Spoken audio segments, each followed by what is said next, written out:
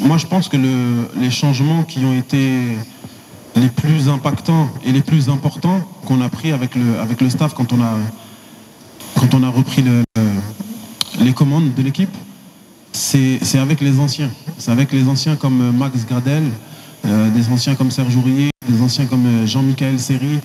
C'est d'abord avec eux que le travail a commencé, parce que ça a été eux qui ont été nos relais avec les joueurs, avec les jeunes joueurs, pour faire passer nos messages plus facilement et plus rapidement. Et surtout, quand vous jouez une CAN, quand vous jouez une première CAN, c'est déjà difficile, c'est déjà beaucoup de pression. Mais quand vous jouez une première CAN à la maison, c'est encore beaucoup plus de pression. Et on avait beaucoup de jeunes joueurs qui jouaient leur première CAN. Et je pense que le fait d'avoir relancé des anciens qui avaient l'expérience, qui avaient l'habitude de jouer ce genre de compétition dans ce genre de contexte, a fait qu'eux, ils ont pu prendre ces jeunes-là sous leur aile et faciliter leur intégration.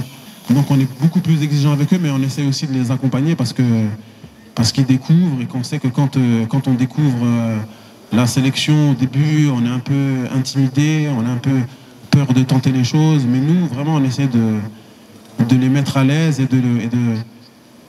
de les laisser s'exprimer pour qu'ils nous apportent le meilleur et le maximum.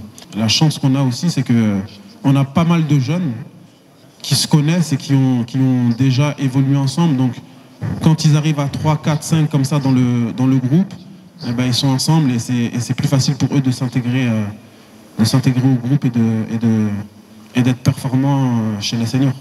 Comme je l'ai dit tout à l'heure, quand on est arrivé, le plus important pour nous, c'était ces deux aspects-là. L'aspect de confiance qu'il fallait absolument redonner aux joueurs, et l'aspect de solidarité qu'il fallait qu'on retrouve, parce que c'est ce qui nous avait manqué. On a vraiment accentué les premiers entraînements sur la confiance. Ça veut dire qu'on faisait des jeux, c'était ludique, c'était beaucoup de compliments aux joueurs quand ils réussissaient. On ne revenait ou on ne retenait jamais le négatif.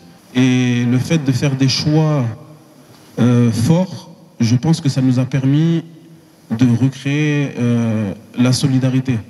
Parce que certains joueurs qui n'étaient pas trop utilisés au premier tour, par exemple, le fait de rabattre les cartes, de remettre les cartes pour tout le monde et de repartir à zéro, a redonné beaucoup de confiance. Je pense notamment à Odilon Okosonou, qui n'avait pas eu de temps de jeu sur les 3 premiers matchs. Et dès le premier entraînement, ça a été l'un des seuls que j'ai vu libéré. Le jeudi, quand on sait qu'on est qualifié et qu'on va jouer contre le Sénégal, il a fait un entraînement où avec Guy, on était quasiment obligé de le stopper, de le freiner un peu, parce qu'il avait beaucoup d'énergie, beaucoup de confiance, il dégageait quelque chose de différent. Donc je pense que pour la confiance et pour la solidarité, le fait d'avoir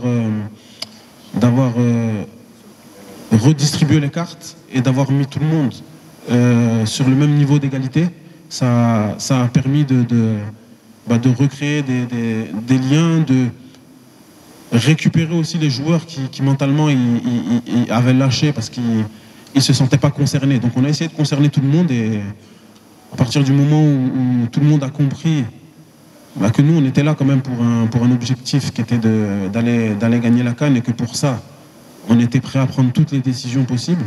À partir du moment où ils ont compris ça, je pense que les joueurs ils se sont tous mis avec nous, et à partir de là la machine a été lancée.